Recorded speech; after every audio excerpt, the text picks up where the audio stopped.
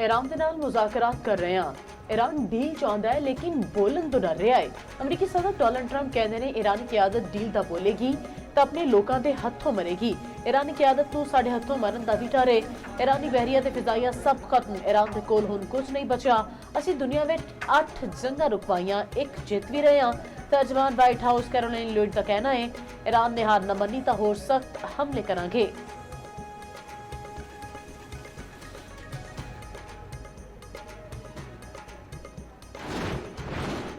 America के नाल मुज़ाकरात हो रहे हैं, ना कोई इरादा है। अमरीका मुख्तलिफ सालसा के जरिए पैगाम भेज रहा है। पैगामात का मतलब मुज़ाकरात नहीं। ईरान के वज़ीर ख़ारजा अब्बास अराग़ची का कहना है ईरान जंग का खाहा नहीं, तनाज़ात का मुस्तकिल खात्मा चाहता है। पड़ोसी ममालिक खुद नूं अमरीका की जंग तो दूर रखन।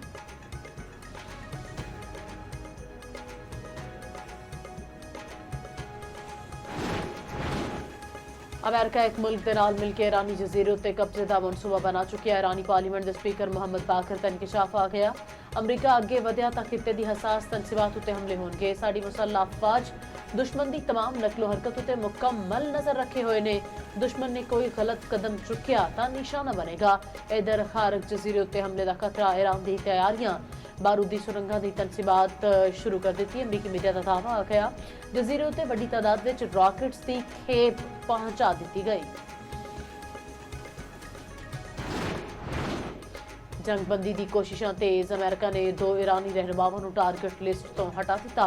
अमरीकी जरीदे के मुताबिक अमरीकी हुकाम ने आख्या कि ईरानी वज़ीर ख़ारजा अब्बास अराग़ची ते स्पीकर बाकिर ने हदफ की फहरिस्त तो कर दिता गया ताकि मुमकिना अमन मुज़ाकरात की तलाश विच रहन।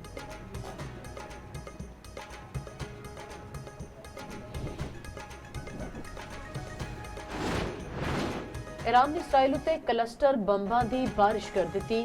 करियात शमोना शहर नूं क्लस्टर बंबां नाल निशाना बनाया गया।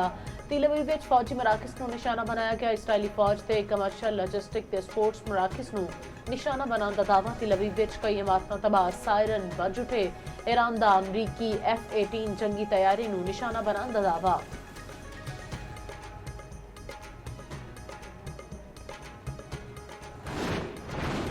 शुक्रिया मरीम नवाज वज़ीर आला पंजाब। मरीम नवाज शरीफ का स्ट्रोक मैनेजमेंट प्रोग्राम लाहौर के सर्विसेज हस्पताल emergency stroke management centre which खातून समेत 4 मरीजों का इलाज। मरीजों के अहलखाना का वज़ीर आला मरीम नवाज नाल इजहार तशक्कुर दुआवां दित्तियां। मरीम नवाज का कहना है कि पंजाब विच 14 स्ट्रोक मैनेजमेंट सेंटर फंक्शनल ने। हर जिले में स्ट्रोक मैनेजमेंट सेंटर बनाया जा रहा है। हर मरीज का बर वक्त इलाज इन्हां दा हक है ते हुकूमत पंजाब उन्होंने ये हक जरूर पहुंचावेगी।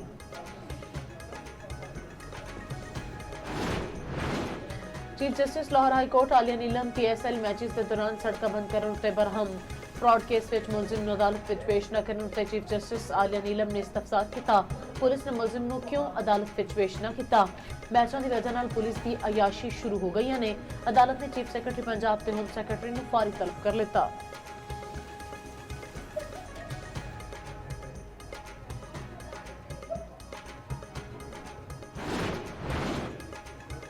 HPL PSL का मेल आज तो सजेगा। इफ्तिताही मैच में आज लाहौर कलंदर से हैदराबाद किंग्समैन आमने सामने होंगे।